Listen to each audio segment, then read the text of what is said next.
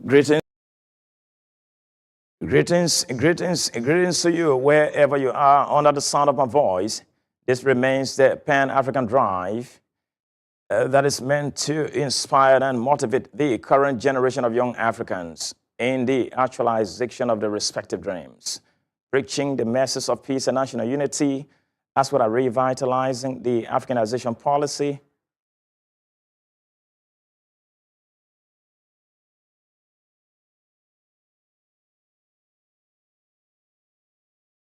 Sorry for that interruption. I say to you, greetings to you. This is the Pan-African Drive, a platform that is meant to inspire and motivate the current generation of young Africans in the actualization of their respective dreams, preaching the message of peace and national unity, as well as revitalizing the Africanization policy that speaks about good governance, social justice, democracy, human rights, and most importantly, the African unity.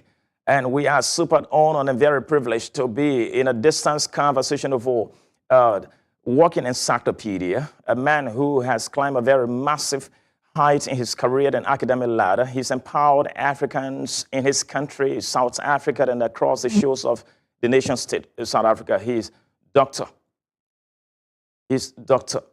Malusi Ncube. He's going to feature on the platform tonight as he speaks with us on what I call evaluating Africa,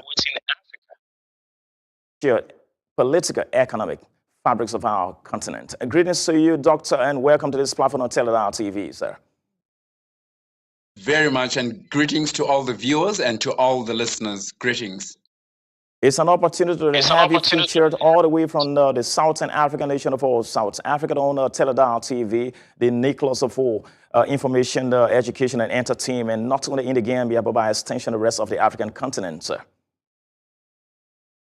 Everybody has to play their part. We must all exert effort and merit.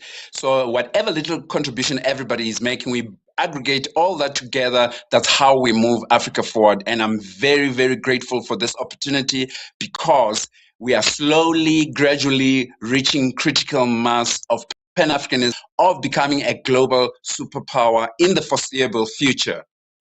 That's a great one to quickly. You are very popular in the southern part of the continent and outside the shores of the continent of Africa. But in the western part of Africa, you haven't worked here. So not too many people know about Dr. Ncube. Can you just tell from an academic background who is Dr. Ncube in a very concise manner because of time, sir? In terms of my academic background, I was outside the country for many years in exile during the political days. Then I came back to the country in 1992. I worked in the corporate world. I worked in the NGO world. Then I joined university until I got my PhD in 2024. Then I wrote books and I wrote several journals, and I speak on many speaking engagements about Pan-Africanism, about the global political economy. I do an interface analysis or audit of where Africa stands. Are we marginalized or vulnerable, and what is it that we can do about it? And what have we achieved so far? What are our weaknesses? What can we learn from them? And how do we push our way forward? So that's who I am. The state of Africa, to me, it's my passion. It's what is sacred to me.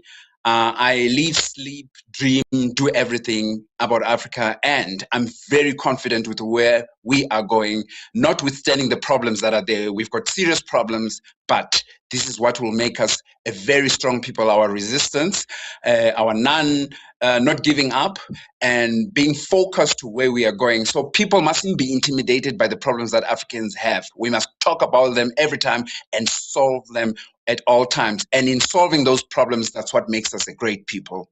That's great to hear from you. For those of you watching out on Facebook, TikTok, YouTube, and Instagram, we say to you a massive salute and respect to you, because in the absence of your viewership and support, there is no Teledar TV. We are here for you. Doctor, back to you. You are a household name in the southern part of Africa. You are almost described as a political prophet. In recent time, I listened to one of your proclamations where you described Africa as a global superpower. And when you speak, students, young people listen to your voice. When you describe Africa as a global superpower, was that a political prophecy Or is that a life in transition, or is that a projection of how you viewed Africa? Is that a reality? And if yes, what tangible evidence can you point out to validate your assertion that Africa is a global superpower, sir? First and foremost, as Africans, we have our own knowledge systems, we have our own imaginations, we have our own logics.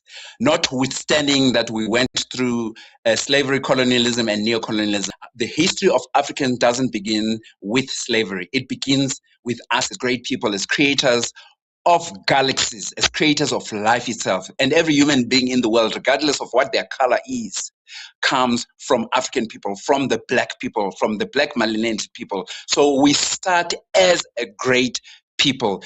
And our perspective of living and how we live our life, first as Africans, we live from a spiritual perspective, because it's from the non-manifest to the physical manifest of who we are. Now, when I say Africa is a superpower, because that's what we've already been. What just happened, the intervention that happened, is just an aberration, and that is being corrected, because as our ancestors says, as it was in the beginning, so shall it be in the end.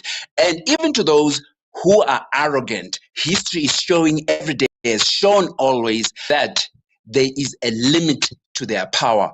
All their empires have come and they've gone, and now they are in confusion. As you can see, what is happening all over the world, what is happening in what they've deemed to call themselves the first world, what is happening in Europe, what is happening in the Americas. And with the passage of time, it will be like what goes around comes around, and we are coming, and things are going to be the way they were. You cannot conquer nature, even though they think they can conquer nature. So that's how we are a group, superpower. And part of my sacred duty, part of my intellectual duty, is to motivate our people wherever they are. I know some of our people have lost hope, which is natural, because we are not the same. We don't have the same threshold. We don't have the same outlook. But that is the power of educating each other, as much as our ancestors educated us. The Kwame Nkrumahs, the Sakho Torres, the Amilcar Cabrals, Malcolm X's, the Marcus Garveys, the Thomas Sankaras, they played their part. They played their part because it was passed on to their DNA, because this is spiritual, it's not only intellectual. And I'm doing it, and you and I are connecting, because it's not only political, because political is spiritual, and it will not stop. Even if I'm not there anymore tomorrow, it's going to go on, and people are going to be shocked what will be happening all over the world. You can even look already, their house of cards is crumbling. They will try to clutch at straws, but it will not happen. Things will be the way they are. There's nothing new under the sun. Doctor, when you speak, there is so much hope and conviction from you, and that is the spirit an average African needs. But I draw your attention to the social fragmentations across our continent. If you look at the Central African nation of all, the Central African Republic, it's terrific there between Islamic and Christianic backgrounds. If you look at one of the giants of Africa, if not the most important giants of Africa, in Nigeria, and Africa's most industrialized, developed nation, in your own nation, in South Africa, you have the social fragmentations. There is a condescending opinion, sorry to say, from South Africans, or a minute portion of South Africans, so to speak, not everyone, to non-South Africans, like we experience a xenophobic attack as with Nigerians and Zimbabweans and other Africans. And you look at Nigeria, the Igbos, Hausa, and Yorubas, you do not have, the conversations of the Yorubas, the Igbos cannot be found. So you have all of these social fragmentations, and where does your hope and conviction come from when it comes to describing Africa as a superpower, considering all of these immeasurable fragmentations in our society, considering your own country as well as a case study? Right. To directly answer your question, to begin with, first, we must understand the nature of life. Life itself is conflictual. Life itself is a life of opposites. For you to understand what warmth is, there must be cold. For you to understand what joy is, there must be tears. So life itself, nobody can escape that. That's why when we are born, the next thing when you are born, whether you live for 200 years, 100 years, or whatever, the next thing, the opposite of that, is you have to transition. And some people say you have to die. So having said that, if you have 10 kids, my brother, or you have 5 kids, ask any mother or any parents, your kids will not be the same. We've got different attributes. We've got different analytical packages, we are not the same, but we can reach a general consensus of who we are. So to be tribal, to have a tribe, because being European, that's a tribe, being American is a tribe, being African being a tribe. So you can have different teams in Gambia, but when it's going to be a national squad, you come together. So differences, when you become mature, differences have to divide us. But if you're still ignorant, they will divide you. That's why other people divide themselves in a very bad way, tribally, and you don't have to. But differences bring about the harmonization of strengths.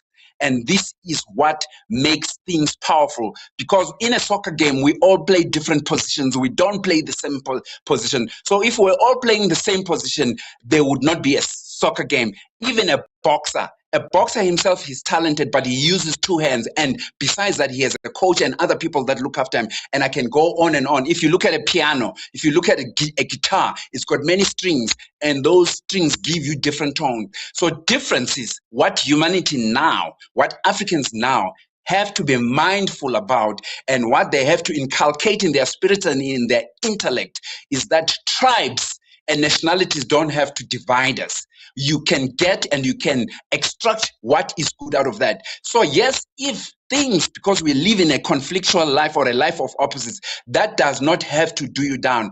You can use that to build your strength. You can use that to build your knowledge, because how else can you be knowledgeable if you don't know the opposite side of something?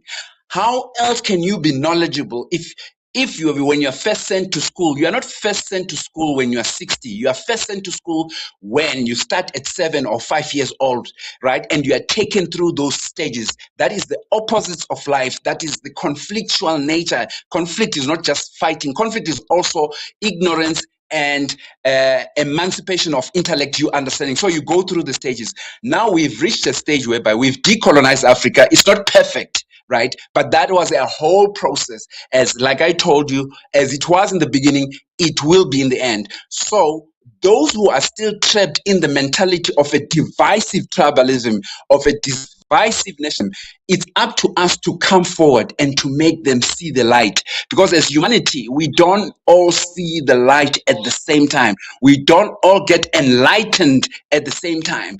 But for those who see light, it is our duty to impart that light. I am what I am today because of the works of Kwame Nkrumah. There are things I never knew, but when I studied the works of Kwame Nkrumah, when I studied the works of my grandfather, when I studied the works of Malcolm X, when I studied the works of Thomas Sankara, I became enlightened, and there is no end to knowledge. So, my brother, don't be scared that we are different and certain people are divisive. When you see that challenge, whether it's in Nigeria, South Africa, wherever, you call it xenophobia, call it whatever you like. At a macro level, it even happens in families. Your mother, our mothers and fathers love each other in the beginning. The next thing, they divorce. You know, they go their separate ways. So that but it's up for us to fix that, and that can be fixed. And we are today, because people like Kwame Nkrumah, people like Patrice Lumumba played their part for me to be there. I am not Malusi because I'm totally independent. Nobody is.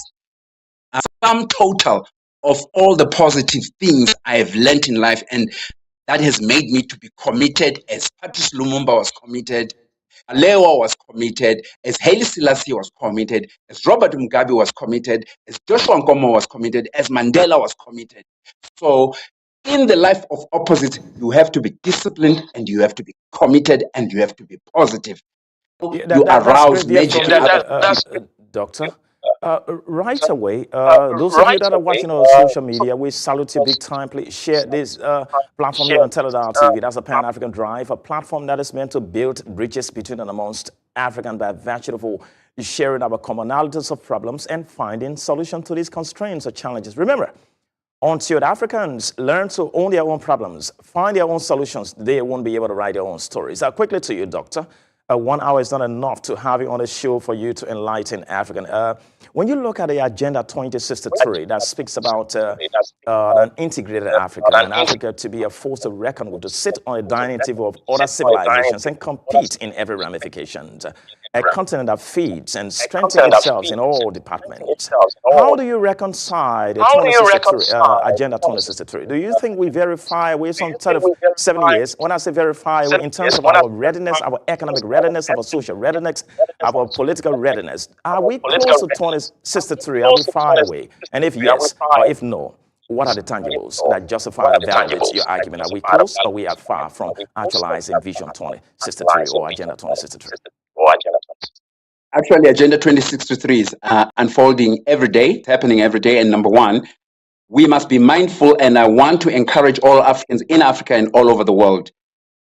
All times in your life, in our life as Africans and individually, in whatever you're pursuing, whether it's education, sports, whatever, we always do an audit. You must always do an audit where you are. So you do an audit of Agenda 2063. You look at foundationally, structurally, what is it that you are fighting against, amongst other things, because there's structural, fundamental things, and there's also peripheral things, right? The problem with Africa was colonized, still neo-colonized. And what do I mean by that? Agenda 2063, normatively as an economic blueprint, is brilliant, but now it has to be implemented. It's being implemented, and everybody, all hands must be on deck. It's not just the problem of the leadership and the elite. Everybody, me and you, has to play a part. Now, Africa is financially subordinated. We do not have monetary and fiscal monetary policy autonomy. We don't have that. What do I mean by that? All African central banks are forced to have foreign currency reserves, most of them denominated in US dollars. You have to understand why we reached that stage, right? And even our debt is denominated in US dollars.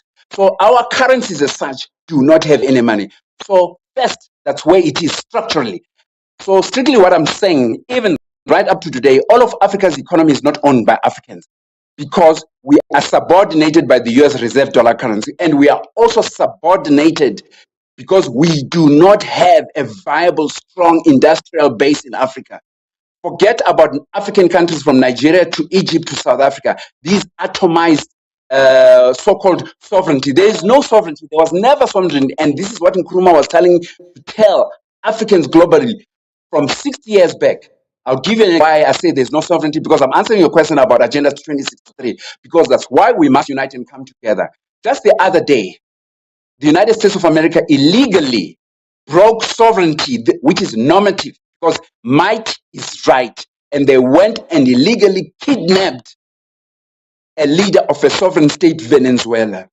Now, for those who are political thinkers, or for those who have common sense, they are telling you, we don't care what you think.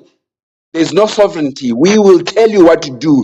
You do as we tell you. Now you can imagine if an African country had done that in Africa, or is an African country capable to do that to America, or to do that to China or Russia or any other country? We can't, because we do not have the wherewithal, we do not have the apparatus, we do not have the power. Now, what I want to ask Africans, if the United States of America is a global superpower, if China is a global superpower, if Russia is a global superpower, are we not ambitious to be autonomous and to defend our sovereignty so that it's not conditional? Because that's what America has just done. We can come to you, to anyone at any time.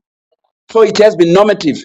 So Agenda 2063 can only happen because, first and foremost, economically, that's what I mean by financial and physical, we have to come together. Number two, Africa doesn't have a serious industrial base. And by industrial base, we must have our own manufacturing base, our own technological base. All the technological infrastructure we use in Africa is all foreign, and that is very dangerous. It means we are not independent. I'm talking of your Google, I'm talking of your Amazon, I'm talking of your Facebook, I'm talking of your Huawei, Tencent, Alibaba. We do not. So already we are colonized within those fundamental structures, and that's what I mean. So in order for Agenda 2063 to be viable, we have to deal with those issues. And these are the issues I talk about every day for people to understand that. That's why even up to today, of all the brands of cars you see all over the world or you see in Africa, none of them is African that has our intellectual property rights. These are very serious things. And number two, all our finance, all our currencies, even the credit that we allocate, it's financialized. What do I mean is financialized? It goes back, it's repatriated back to Europe and to the United States of America. That's why the two main problems we have here in Africa, number one, we have a macro problem whereby we are dominated by the imperialists, the West, our economy. I'm talking about our economy. And number two, they've got a comprado class. Some people call them puppets, our leaders, some of our leaders, people like Thomas Sankara and people like Traore fight against. They call them, as long as they are rich, right, and they get rents, what we call rents, they get paid rents by Europe and the Americans, they don't care about the rest of Africans. That's why the rest of Africans are jobless and unemployed. They don't have businesses. Their small businesses don't grow. Please, That is the problem. sorry not to cut you off. You spoke about, I want to draw you back to where you describe us as a global superpower. Now, reconciling your latest argument right now with the fact that most of you mentioned on Facebook and TikTok and all the social media platform that are foreign owned. Let's even forget about that. Let's come to the natural endowments of our continent, Africa. My own Liberia, endowed with the gold, the diamonds, your own South Africa gold, diamonds, Botswana, Namibia gold, diamonds, and chocolate and what have you. You come to the Gambia, cashew, granite, Senegal, granite, Nigeria, and so to speak. Aren't we building castle in the air when we describe Africa as a global superpower? Because we are not manufacturing these products into finished goods. Instead, we produce them and then sell them into the global market. And that is to say we are exporting jobs and importing poverty in our people, because they take these goods from us, manufacture them into different products like vehicles, airplanes, and bring them back to us for higher prices. We are exporting jobs and importing poverty. Now, how do you reconcile this with your proclamation of Africa being a global superpower? Where is the missing puzzle, Doctor? Can you hear me? I can hear you, sir. I can hear you, sir. Yeah, my proclamation is very correct. For instance, when you're studying at school and you say one day, I want to have a PhD in physics or a PhD in economics, in whatever discipline you choose, right? You tell yourself that's what you are and that's what you're going to be. And that's how I achieved what I wanted. Even when we were fighting for South Africa, we said South Africa is definitely going to be free. There will be black majority rule, even though it was 40, 60, 70 years away. But that was our objectives. You have to have objectives. You have to know who you are.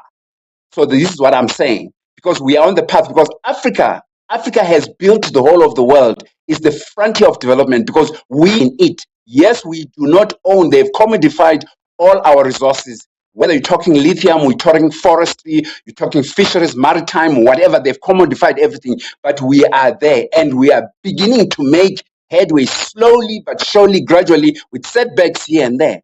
So it's important to know where you are, what you want to be, and proclaim yourself what you want to be. It's like being Muhammad Ali, a boxer. You say, I'm going to drop Floyd Patterson on the 4th round. I've trained very hard for it and all that. And you go with that confidence and you make it happen. And many people have made it happen. And Africa has politically gotten free because certain people sacrifice their lives. So it can be done. Yes, for now, we are not there 100% there. But what I can tell you, they cannot wish us away from the chessboard of the game of the political economy of the world. We are there. And what we are going for, what we are exerting, our passion and our objective is not just to be as America. We must be as good as China, as good as Russia, as good as America put together. This is what I instill in people. So yes, a journey of 1,000,000 miles begins with the first step. And me, I took my first step long back. My steps that I took, they were passed on from Nkrumah and others. So you must be like that, my brothers, and all those who are listening. You must have that confidence. They cannot wish us away. Even if you do an audit for the future prognosis where we are going as Africans, we have a demographic dividend. We are going to be having the most educated, because most of all the other continents, they're having a problem of their people getting old and they can't replace. So great things are definitely going to be happening. Already what is happening now, we are going into alternative payment systems. We are de-dollarizing and we're keeping it quiet. It might not be coming out publicly because certain things don't have to be done publicly. So yes, I'm definitely, with no shadow of doubt in my mind, and I'm telling the Americas, I'm telling Europe, Africa is going to be a global power. It's even actually going to surpass Europe and America and China, and all of them put together. It's going to happen, my brother. I have no doubt. I can prove it scientifically. I can show it. Elimination by substitution is going to happen. Definitely, no doubt. That's great deal from you. You are listening to a walking encyclopedia, a museum of knowledge, all the way from South Africa, a lecturer at the University of Johannesburg in South Africa. Dr. Chinua Achebe says that a chick that will grow into a cock can be known at a very day it hatches from eggs. I come back to you. An Africa that is expected to realizing her potential are described by a political prophet like you, the global superpower. What's your message to African leaders in terms of domesticalizing our resources? Because if you have a South Africa, mind you, before Africa becomes a global superpower like you proclaimed, there are nations that should serve as the greatest catalyst. You have your own South Africa, you have Nigeria, you have the Egypt, you have the Algeria, so to speak. What should be the focus of these nations in not just ignoring the national sovereignty, but considering regional and the continental conversations? What should be the focus? The focus is very important. Our focus, it's unity, right? Already I can tell you the structure that is there. The structure of the African Union is a brilliant structure normatively. And for those who architected it and made it happen and to make it work right now, yes, I know sometimes a work in progress, people are disappointed. You get disappointed when you're training for the World Cup soccer and all that. Not everything in the training goes right. So the fact that we have the African Union is excellent. The fact that we have 8 regional economic communities that are there, yes, they might not work as much as people want, right? But practice makes perfect. We work at it every day. And for those who critique, it's good that you critique. But we need constructive criticism, even those who are destructive, because they catalyze you to prove them wrong. You must also do the work. Anybody who's gone to school, for you to pass your high school, right? You don't just pass your exams. You read for them. You don't just read for them 1 day, 2 days, or 3 days. You read throughout the whole year. It's the same thing. We are up against very powerful forces that are against Africans. So the structures are already there, and I've mentioned them to you. The African Union, we've got the African Import and Export Bank that is already doing balance of payments in terms of covering trade of the African Continental Free Trade Area. Some of these things are being done very diplomatically because we do not want to announce them. Look at what happened to Venezuela when they were announcing their moves, that they are being bankrolled by the Chinese, etc. No. So because they were in the backyard of the Americans, that's how the imperialist America looks at it. That's why they pounced on them, because now they're affecting the power of the US reserve dollar currency. But we are making movements, and this is part of what I'm saying to people. And it's not to say we can't do better, right? The one who is critiquing as an African, it's very important also that you play your part, right? As much as you will critique, I'll say to you, okay, show me what is it that you're also doing. It doesn't have to be anything big. Are you going to every church? Are you to every institution in Africa? Are you going to all the mosques of Africa? It doesn't matter our different religions. To say we must unite as Africans and come together as Africans. Are you doing that? What is it that you are doing? Are you writing proposals to different institutions in Africa how to make things better? Are you marching and are you conscientizing the whole of Africa about our ancestors, about Traore, the wonderful job he's doing? Tell me what part you are also playing. Every individual is very, very important. It doesn't have to come out in the newspaper. It doesn't have to come out anywhere else. I am what I am today because of my parents, because of my grandparents. And none of you knows them from the paper. But I am what I am. I have the confidence, I have the love of Africa, and I have the love of humanity because of that. So when I speak, it's also my ancestors when I speak. When I speak, it's Kwame Nkrumah speaking, it's Marcus Garvey speaking, it's Malcolm X speaking, It's Khalid Mohammed speaking. Why am I saying their names? Right? Because they made an effort so that their names are in the wind so that I can read about them, I can know about them. That is very important. So anybody who critiques, people mustn't think Africa being a superpower is just going to happen in 3 days or 4 days. Play your part. It's a cumulative. It's not going to happen in 3 days or 4 days. Play your part. That's where we're going to take our first break tonight on the Pan-African Drive. And once we have returned, we continue this conversation with Dr. Melusi Ncube.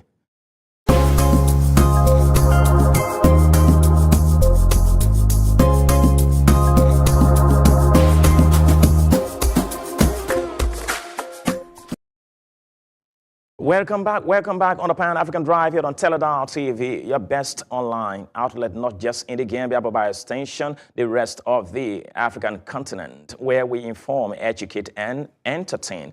When we are live with Dr.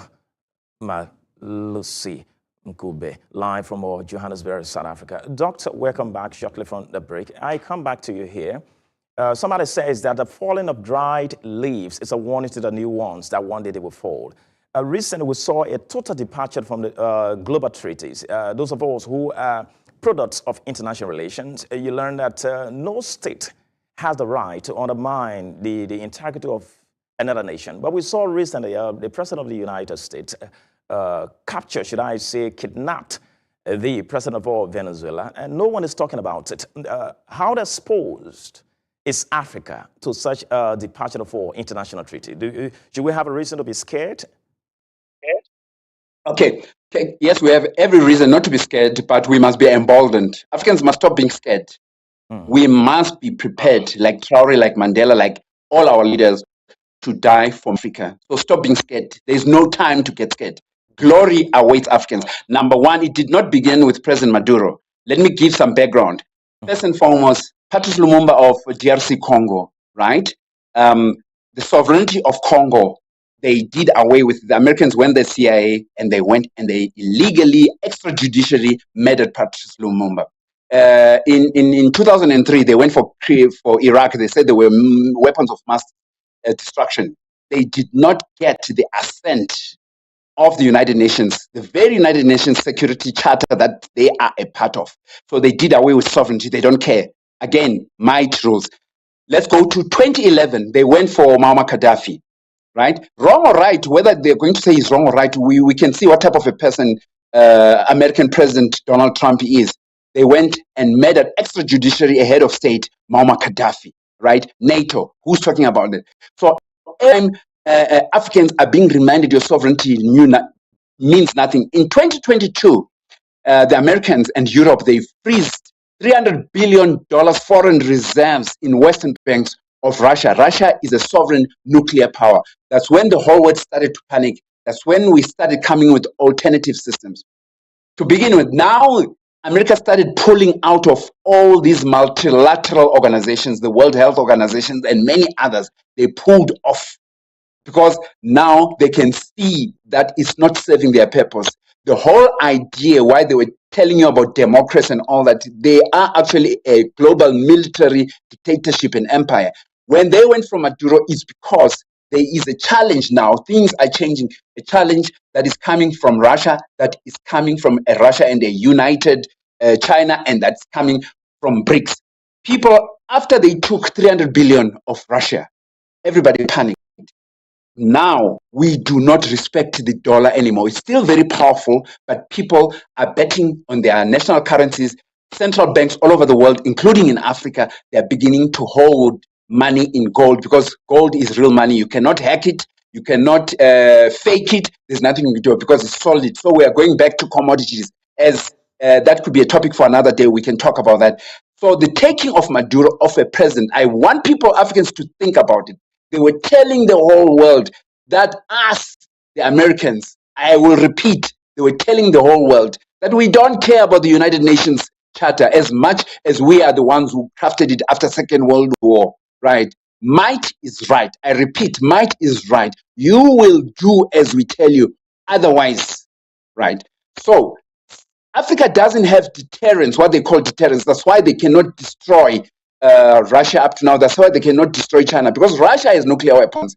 So even if they're going to go to war with Russia, they use a proxy war, even with China, a proxy war. But in Iraq, they went directly. In Venezuela, they went directly. For African thinkers, and I'm talking to all African leaders, we do not have a deterrence. Even a small country like North Korea has a deterrence. What is that deterrence? You speak of deterrence. I was going to come there. You says that we must not be scared, but we must be ready. I was going to ask you, what protective cocoon, if you like, what protective mechanism does Africa as a continent have to put in place to ensure that we act proactively in preventing a potential territorial invasion from any Western power, CKA the United States, since they are the #1 police officer of the world? Do we have the mechanism in place to ensure that we prevent what happened to Venezuela and what happened to other Africans in previous history? The mechanism is there. It just must be upgraded.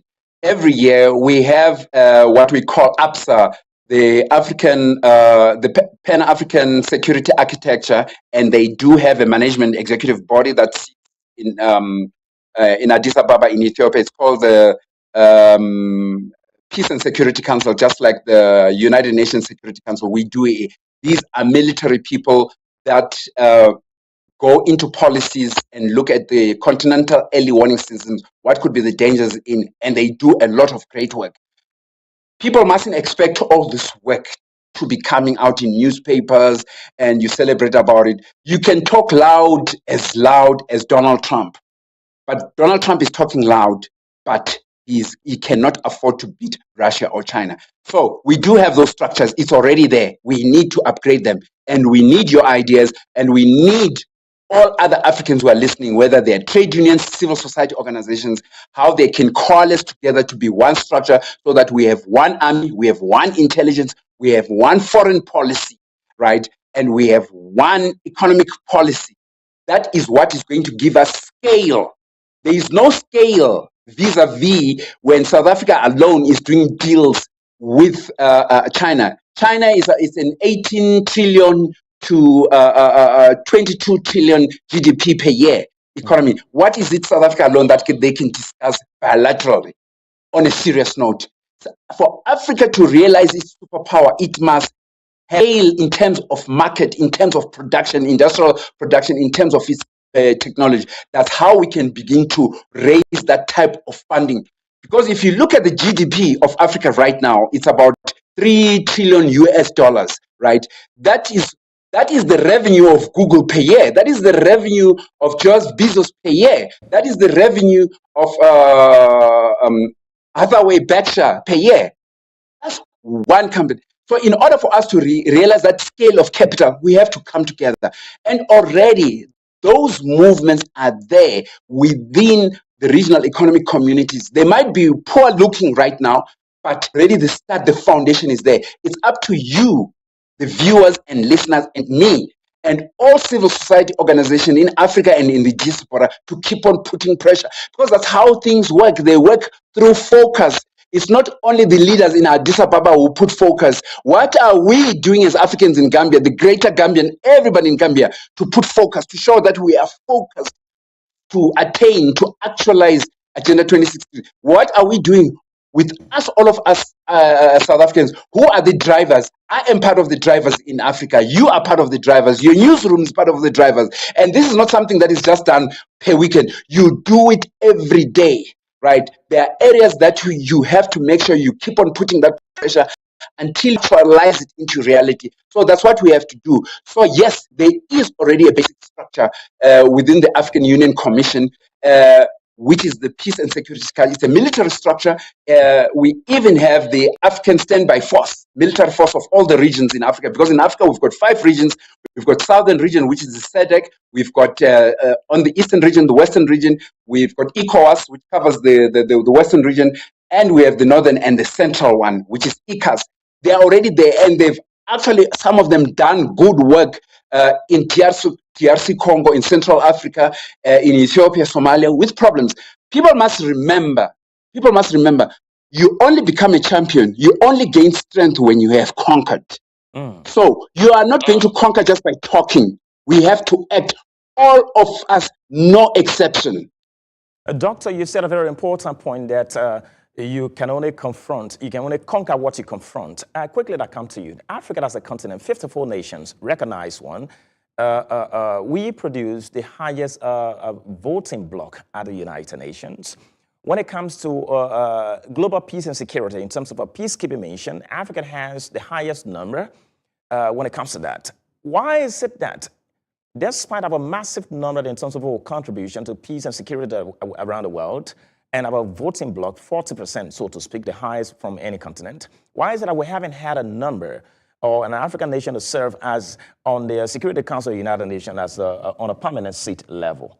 Have we been compromised because of the puppets in the form of leaders across our continent? What's your thought on that? Now, for the benefit of the listeners, yours, connect the dots with everything that I'm trying to clearly explain. Everything that I'm answering your question, it scaffolds together, it comes together to answer the very question that you are asking about. For us to be at the United Nations right now, look at our economic background in Africa. We are atomized countries that don't have scale, and they cannot grow in strength.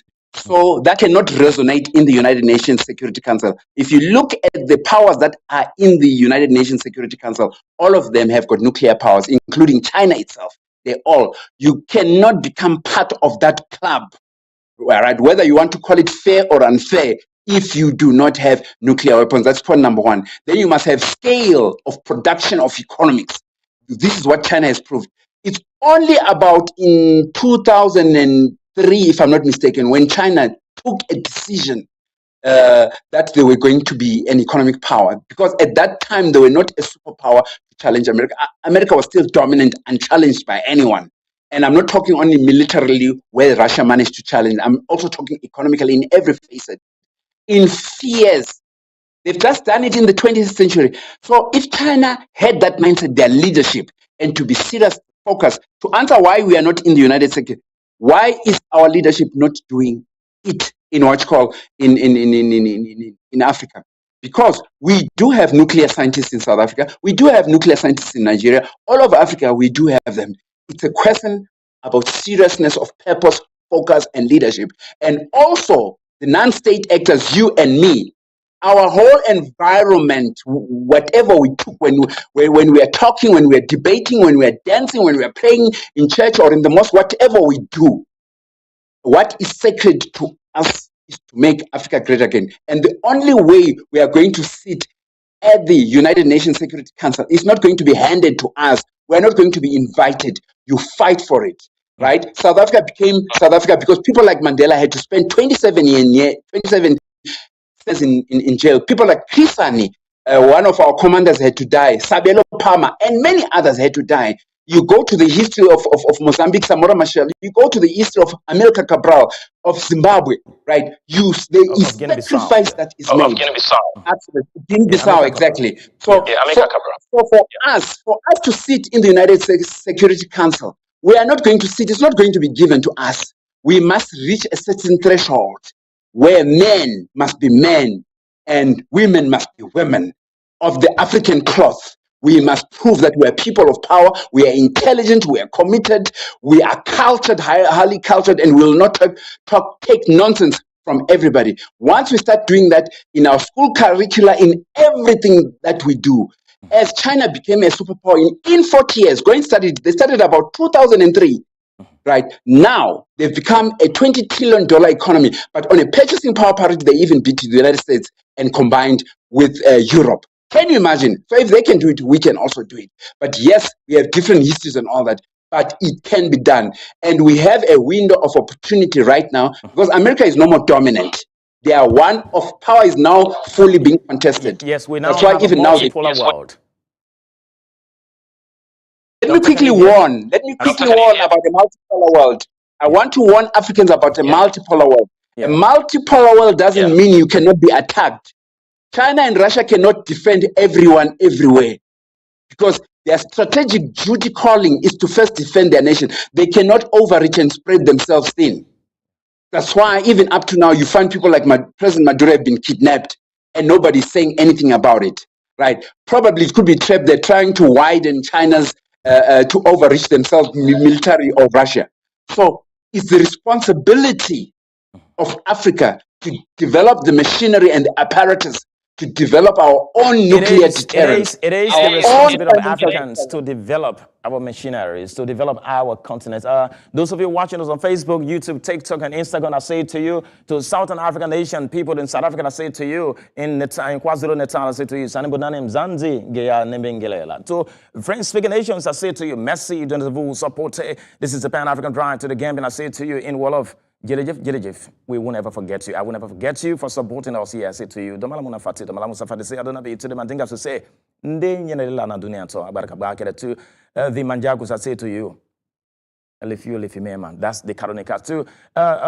Swahili speaking nations, I say to you, Asante Nsara, when you quit to see, we support you. We appreciate your support big time on the platform here, the Pan-African Drive. To the Liberian people, I say to you, Kasai Adama, platform Kanaka, to Nigerians in the Yoruba speaking nation, we say to you, Bao Nisha, Bao Lomo, Otutu Jumenta, long time no see to you. To the southeastern part of Nigeria that dominantly, Igbos to say to you, one name, the number, Ikaraka, Ijia, Mechuku Abiyama, Amama Siamasi, Oshimini Atata, Ikue, Mechuku Kike, Odoku Akataka, strengthening all of you, wherever you are, under the sound of my voice, to the northern part of the country of Nigeria that is dominantly Islamic, will say to you, Assalamu alaikum wa rahmatullahi wa barakatuh. This is the Pan-African Drive, a platform meant to build bridges between and amongst African doctors. We are driving to the end of this conversation of 1 hour Pan-African Drive here on Teledown TV. If you were seated right before the 54 heads of state and government of Africa to speak truth to power on a summary of what our challenges are and what is the solutions to the challenges, what would be your message? My message to the leaders as well is I'll tell them straightforward, say, first and foremost, I greet you elders, and I want to thank everyone who has played a part positively and who are still playing a part to bring about the superpowerdom of Africa. But at the same time, I want to fearlessly critique amongst you Africa's leaders who are a comprado class, who are billionaires in Africa in a sea of poverty. If other African families can live on $200 US a month or $200 US in 3 months, what's wrong with African leadership? Instead of being billionaires, all that money is expended for the revolution of Africa to make Africa here. So amongst Africa's leaders, we've got comprado, sellout, puppet leadership. That's what I will tell them. And that's why people like Thomas Sankara had courage. That's why people like Traoré had courage. Remember, they took out a leader who was there, and the French started saying Traoré is not democratically aided and all that. So where's the democracy of Donald Trump taking Maduro? Where is that democracy? When the European Union, after Burkina Faso, Niger, and Mauritania did what they did, they put sanctions on other African countries, on those countries. Where were they getting from? As much as they were putting sanctions, but they were busy selling munitions and weapons to Israel to erase Palestinians, the double standards. We know these things, this is what they were doing, but they're telling us we are not democratic, but at the same time, they're feeding the machinery of Israel, of Netanyahu, to maim and mass murder Palestinians. So where's the double standard there? So I want to big up, and our leaders to big up, and I would say to our leaders, cut 70, 80% of all your salaries and all your estates. Let that go into a sovereign wealth fund of Africa, to put it into education, to put it into artificial intelligence, to put it into agriculture, to put it into research and development, into weaponry, ammunition, nuclear development, etc., etc. African leadership must stop mimicking the billionaire lifestyles of America and Europe. It's a time for revolution. So these are part of the people who are doing Africans down. This is what I'll tell the leadership. And they know themselves up. And this is what Traoré speaks about. This is what Thomas Sankara speaks about. And this is what the leadership of the AES speak about. Over and above, there's also a nation in Africa. I implore them at every time, because they've got scale, they've got the population, and they live next door to a revolutionary. And that revolutionary is Traoré. That population, I'm not only talking to them, I'm talking to everybody else. But because they are all over the world, they're everywhere. I want, when people think of Nigerians, they must think of Nigerians as revolutionary or more revolutionary than Traoré. Doctor, I'm afraid you've done so well. We're running out of time. Just before I take leave of you, I want you to speak to your people in your native language or dialect in South Africa. What's the final words of South Africans? You can replicate that in English language after you have spoken in their language. Just 45 seconds, sir. Ngibonga abantu abasemzansi bangizalile ngakhula ngafunda la ngalwa la ngaze ngakhula ngafunda ngasebenza mina manje senginika umphakathi lento engiyiyo ukuthi nathi fanele sibe amaqhawe sifane noShaka sifane noNkosi Hintsa sifane noNkosi Sikhukhune sifane noNkosi Tshwane sifane noNkosi Bhambata sifane noMandela sifane noSabelo Phama sifane noChris Hani bese sifana noNkwame Nkrumah sifane noMalcolm X noMarcus Garvey. Siyanibonga abantu bomphakathi masibambaneni iAfrika mayibuye. Your final words in English language in 15-20 seconds, sir, before we take leave of you. My language, I was first thanking my South African people that I was born, bred, and buried in South Africa. Yeah, now you're speaking to the rest of the continent, the leadership, the masses in 15-20 seconds, sir. So what I want to say to everybody who's listening, to every African or any progressive humanity, regardless of your color, it's a time we're living in very interesting times and very dangerous times. And I predict it's going to get very messy. Financially, economically, it's going to affect everyone. We have a depression globally that is coming. The topic for another day because I don't have much time. So be very, very careful about what's coming. And I want to say to most people, those who can keep coins of silver and gold, it's more what you can keep physical in terms of money. Paper money is very soon going to be worthless in not more than 5 years. Be very, very careful. The economy of the world is going to implode. That's why there's joblessness all over the world. That's why you're even seeing in America itself, millions of people are sleeping in the streets. And everybody play a part. And those who can invite me anywhere in Africa for programs, because this is what I do, for giving talks, I am willing to come anytime, to spend any time, any corner of Africa in the diaspora, so that we connect and we reinforce each other and we get these programs going. So I want to hear from you. The host will give you my website address, which is www.malusimncube.com, and my mobile phone number for country code, which is South Africa, is +27, and my mobile number is 7886814451. I'll repeat, country code +27 7886814451. You can contact me anytime.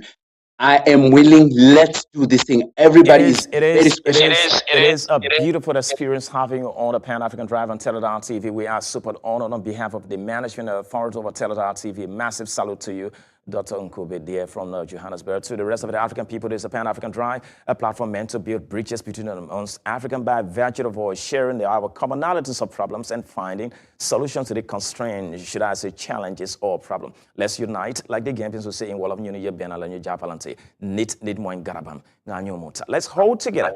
Unity is strength. See you some other time. Follow us on Facebook, YouTube, TikTok, and Instagram. Your comments, likes, and analysis are crucial to making us better. Should I say, see you some other time. It's been with me, Tony Michael Howard, CKA News Socrates. Bye-bye.